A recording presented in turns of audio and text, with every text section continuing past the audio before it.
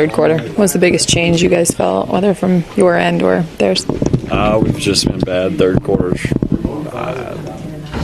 Last couple of years for sure, but I think ever since I've been here, we've had a problem with third quarters. So just got to figure out a way to, come out with a little more energy. JJ was the first thing JJ talked about after was just figuring out a way to be better in the third quarter, and that's on us players. That's not on the coaches. They come in here and give us what we need to. They give us the answers to the test. My fault, and we just didn't go out and execute. So that's on us, and we have to be better.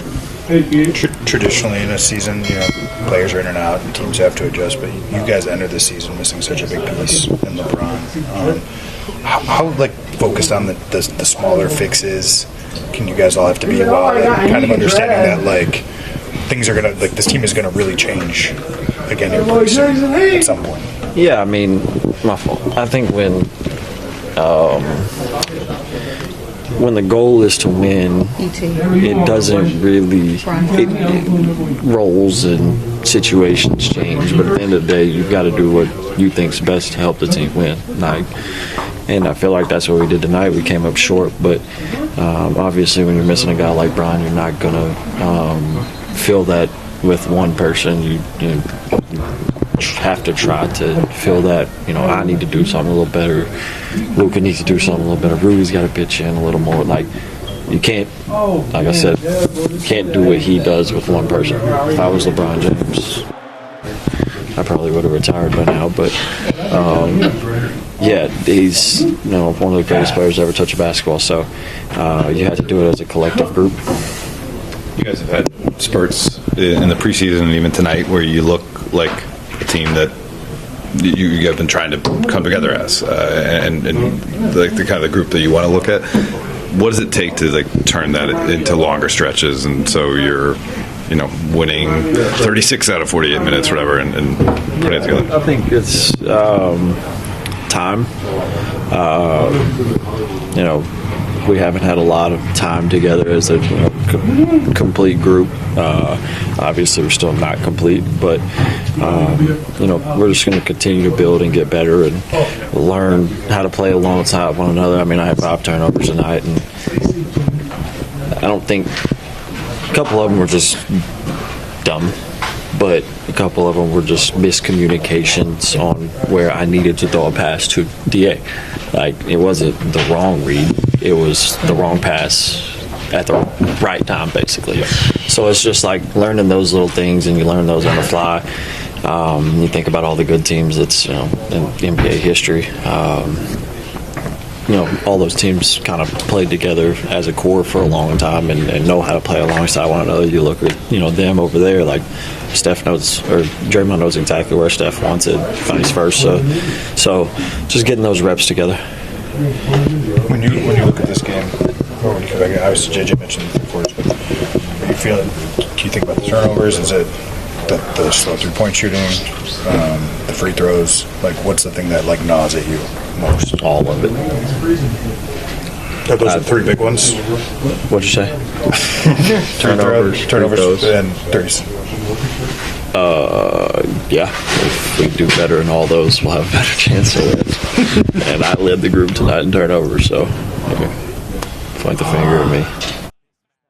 Luka, what did you feel like was the biggest difference in the game, or where did you think it turned? Honestly, I would say that third quarter, the start. I think we had these problems last year too. So I think that was the most of the problem. It was a close game. We were down 1 at halftime, but then just start of third quarter, they went on a run. You were 13 for 14 in the paint, and just wondered, was it the way that they were playing, their size? Did you notice something to keep getting in there and being that efficient? And then, how did you feel like that came about? Just attack the paint, and then I think when I attack the paint, it happens better things for my teammates. Sometimes they're gonna help, sometimes no. So I just gotta attack even more the paint and then reach from there. How would you characterize your level of comfort, not just you, but like kind of as a group right now, considering the amount of guys going in and out, and obviously starting off training camp, find out you're not going to have LeBron. Like, what's the comfort level with this group as of one game in? I mean, obviously we have 81 games to go, but obviously we want to win every game. My comfort level is good. I think there was a lot of positive things tonight. Obviously, a lot of things that we need to work on. Like I said, especially third quarter, we got to figure it out.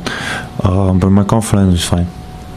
Luka, your performance obviously a positive. I'm just wondering, the Warriors are a team that run you around a lot.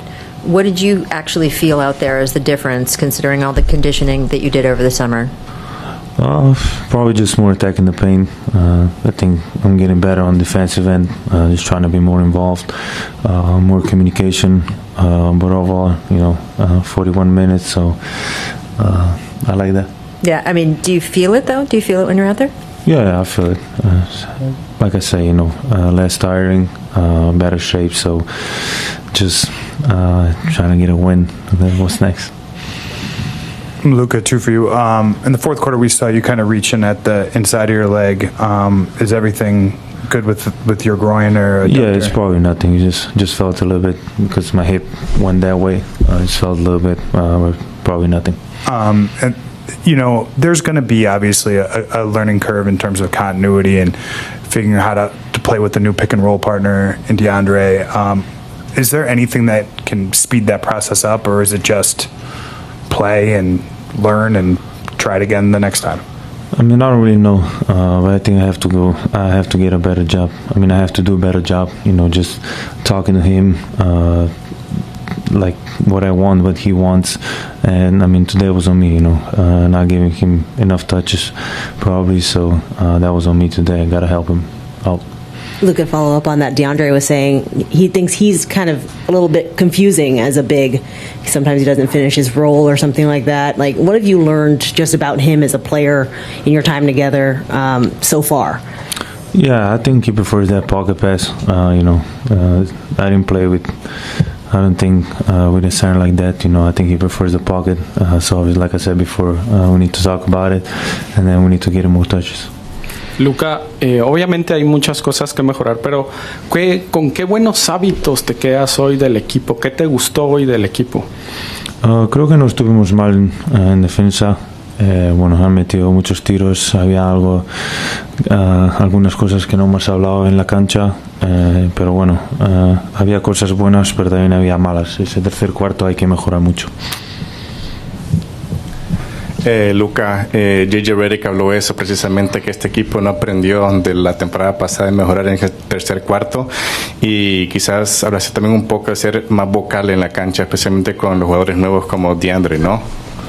Sí, como hablaba JJ, creo que tenemos que mejorar mucho este tercer cuarto. Hay jugadores nuevos como DeAndre, pero hay 3, 4, 5 nuevos, así que tenemos que averiguar como equipo cómo mejorar en este momento. Hey, Luka, your defensive effort, like we saw you trying to guard multiple guys. Like there was a time where you were guarding Steph, forced him to take a tough shot. Then you see Jimmy, and that was a different kind of matchup. Like when it's late in the game, how do you balance between being physical and getting stops and just trying to defend without fouling? I mean, you got to try and be physical, Obviously, if they're in bonus, it's a little bit harder. But at the end, you got to get a stop. That's what's going to win you the game. Luka Doncic eager for opening night duel against Stephen Curry. After months of anticipation, Lakers fans are finally getting what they've been waiting for, a full season with Luka Doncic at the helm of the franchise. Doncic wasted no time committing to his new team. On the very first day he was eligible, he signed a 3-year extension this past summer, signaling not just loyalty, but leadership. Now with LeBron James sidelined to start the 2025-26 season, Doncic steps into the spotlight with a chance to show that the future of the Lakers is not only in good hands, it's already here. The Lakers tip off their season on opening night with a highly anticipated matchup against the Golden State Warriors. While fans won't get to see the classic James versus Curry showdown, they will get something just as intriguing, Luka Doncic going head-to-head with Stephen Curry, a clash of generational talents and basketball minds. Ahead of the game, Doncic didn't hide his excitement about the matchup. Absolutely. As an opponent, he's obviously really tough to guard, Doncic said about Curry. He's always moving, can shoot from anywhere. It's tough, but at the same time, it's exciting. Facing a player like that on opening night? It's going to be a big-time game.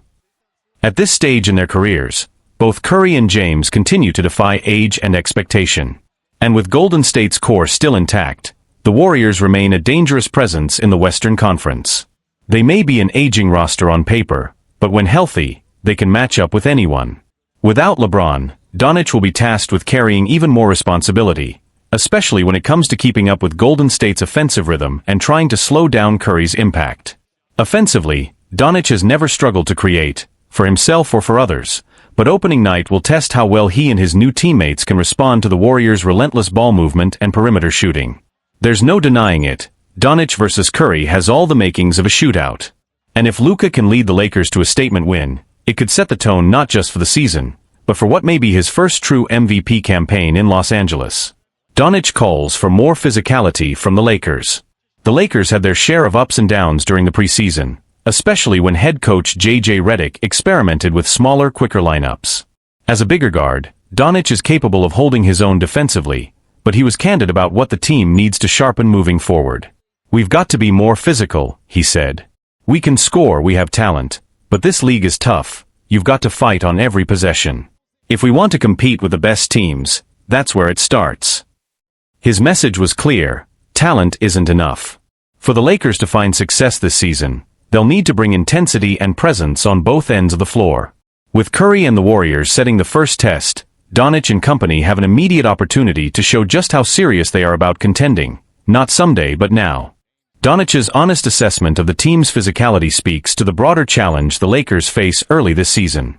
With LeBron James out and a roster still adjusting to new rotations under head coach J.J. Redick, the team doesn't have time to ease into rhythm, especially not against an opponent as experienced and cohesive as Golden State.